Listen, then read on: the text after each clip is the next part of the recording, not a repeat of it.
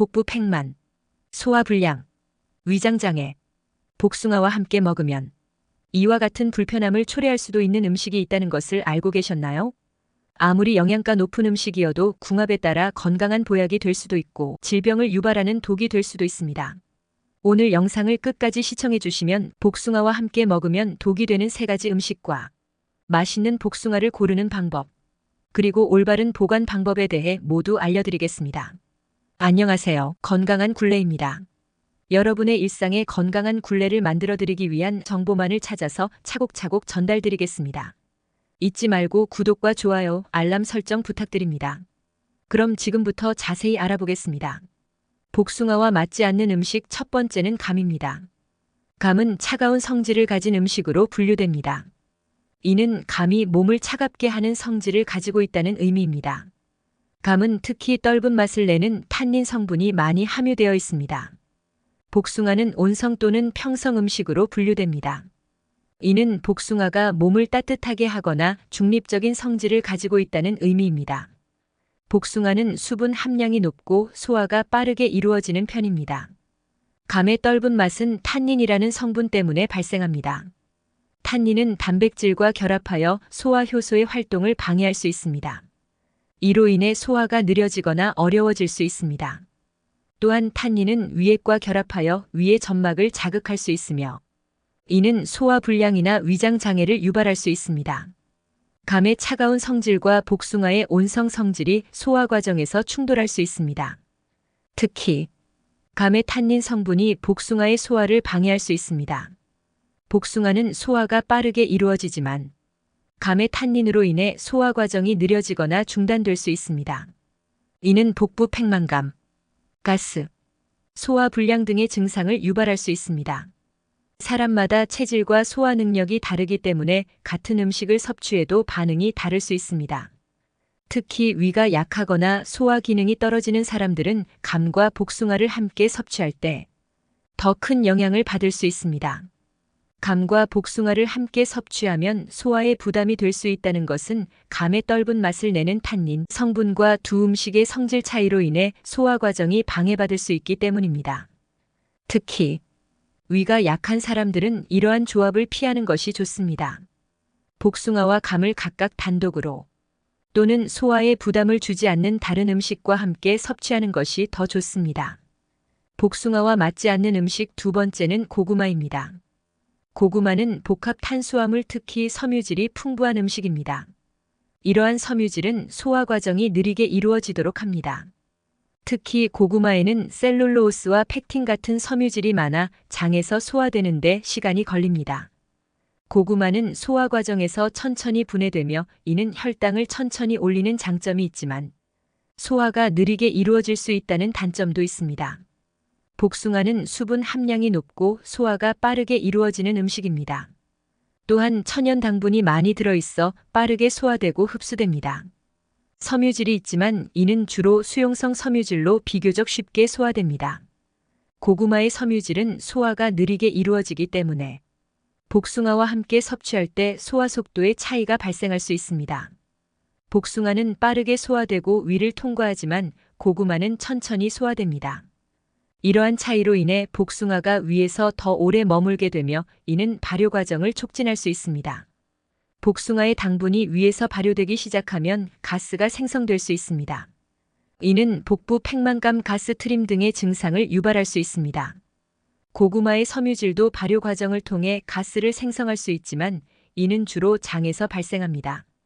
그러나 복숭아와 함께 섭취할 경우 위와 장에서 동시에 가스 생성이 촉진될 수 있습니다. 특히 위가 약하거나 소화 기능이 떨어지는 사람들은 고구마와 복숭아를 함께 섭취할 때 더 큰 영향을 받을 수 있습니다. 고구마와 복숭아를 함께 섭취하면 소화 과정에서의 차이로 인해 소화에 어려움을 겪을 수 있습니다. 고구마는 소화가 느리게 이루어지고 복숭아는 빠르게 소화되므로 복숭아가 위에서 발효되어 가스를 생성할 가능성이 커집니다. 이러한 이유로 고구마와 복숭아를 함께 섭취하기보다는 각각 단독으로 또는 소화에 부담을 주지 않는 다른 음식과 함께 섭취하는 것이 더 좋습니다. 복숭아와 맞지 않는 음식 세 번째는 장어입니다. 장어는 고지방 고단백 음식을 대표하는 식재료로 소화 과정이 복잡하고 시간이 오래 걸립니다. 이는 장어 속에 포함된 풍부한 지방과 단백질 때문입니다. 지방과 단백질은 소화기관에서 분해되기 위해 많은 양의 소화 효소를 필요로 하며 소화 시간이 길어질 수 있습니다. 복숭아는 유기산이 풍부한 과일로 소화를 빠르게 도와주는 특성이 있습니다. 하지만 복숭아의 유기산은 장어의 지방 소화를 방해할 수 있습니다. 이는 복숭아의 유기산이 장어의 지방과 결합해 소화 효소의 활동을 방해하기 때문입니다. 이런 상호작용은 소화 불량을 유발하고 경우에 따라 설사를 일으킬 수 있습니다. 장어는 단백질, 칼슘, 비타민 A, 비타민 E 등 다양한 영양소가 풍부합니다. 특히 비타민 O와 E는 항산화 작용을 통해 활성산소를 제거하고 세포 손상을 방지하는 데 중요한 역할을 합니다. 이는 암을 예방하는 데도 도움이 됩니다. 장어는 일반 생선에 비해 약 150배 많은 비타민을 함유하고 있어 건강 증진과 기력 회복에 매우 유익합니다. 또한 여름철 대표 보양식으로 잘 알려져 있습니다. 이는 장어가 기력을 회복하고 몸을 건강하게 유지하는 데 탁월한 효과가 있기 때문입니다. 장어를 다양한 식재료와 함께 조리하면 맛과 영양을 모두 살릴 수 있습니다. 복숭아와 장어를 함께 섭취하는 것은 소화 불편함을 유발할 수 있으므로 가능하면 따로 섭취하는 것이 좋습니다. 이렇게 하면 각각의 식품이 가진 효능을 최대한으로 즐길 수 있습니다. 예를 들어 장어를 식사로 섭취하고 복숭아를 후식으로 섭취하는 방식이 좋습니다. 이는 소화를 원활하게 하고 두 음식의 영양소를 모두 효과적으로 섭취할 수 있는 방법입니다. 이처럼 장어와 복숭아는 각각의 특성을 고려해 따로 섭취하는 것이 소화에 더 좋고 영양소를 효과적으로 흡수하는 데 도움이 됩니다. 정보가 도움이 되셨다면 주변 분들에게도 널리 알려주세요. 구독과 좋아요도 큰 힘이 됩니다. 그럼 이어서 복숭아의 올바른 보관 방법에 대해 알려드리겠습니다. 복숭아를 신선하게 보관하기 위해서는 몇 가지 중요한 방법을 따라야 합니다. 보관 전 복숭아를 씻지 않는 것이 좋습니다. 씻은 후 보관하면 수분이 남아 곰팡이가 생길 수 있으므로 먹기 직전에 씻는 것이 바람직합니다. 먼저 복숭아는 실온에서 후숙이 가능하므로 덜 익은 복숭아는 실온에 두어 익혀야 합니다. 실온에서 익히는 동안 복숭아를 종이봉투에 넣어두면 숙성 속도를 높일 수 있습니다. 완전히 익은 복숭아는 냉장 보관합니다. 냉장 보관 시 냉장고의 과일 칸에 보관하는 것이 이상적이며 밀폐 용기나 비닐봉투에 넣어두면 수분 손실을 막을 수 있습니다. 또한 다른 과일과 섞이지 않도록 주의합니다. 복숭아는 에틸렌 가스를 배출하여 다른 과일의 숙성을 촉진할 수 있기 때문입니다. 복숭아가 너무 익어 부드러워진 경우 냉동 보관도 가능합니다. 깨끗이 씻어 씨를 제거하고 얇게 썰어 냉동팩에 넣어 보관하면 3개월에서 6개월간 보관할 수 있습니다. 이렇게 복숭아를 상황에 맞게 적절히 보관하면 신선도와 맛과 영양을 오랫동안 유지할 수 있습니다. 마지막으로 맛있는 복숭아를 고르는 방법에 대해 알려드리겠습니다.